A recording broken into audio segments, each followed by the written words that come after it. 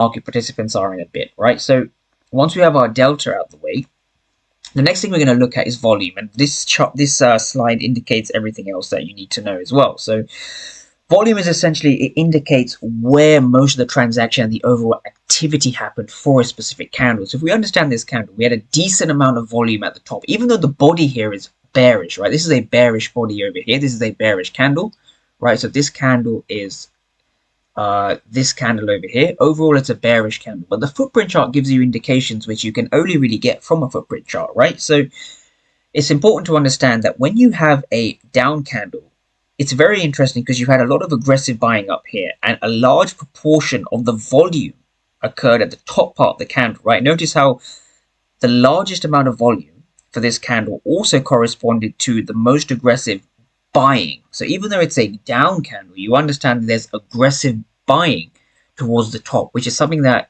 simply a candlestick chart cannot really show you. That it is the interaction between buyers and sellers, the aggressive nature of buyers and sellers, and understanding things like volume that can really give you an edge, especially on those lower time frames.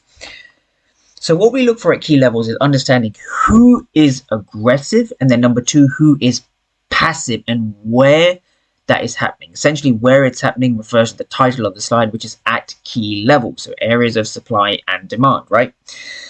Once you have your aggressive and passive market participants understood, we then go on to understanding the delta, which does actually explain number 1 and 2 as well. Understanding how delta changes at key levels gives you an indication as to who is aggressive and who is passive, and that further validates an area of supply or area of demand.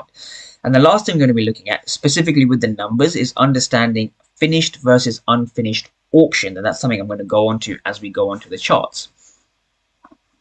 So here now on the charts, we have the S&P 500. This is the 5-minute time frame. So if I just zoom in a little bit. Now, this is the 6th of August 2024.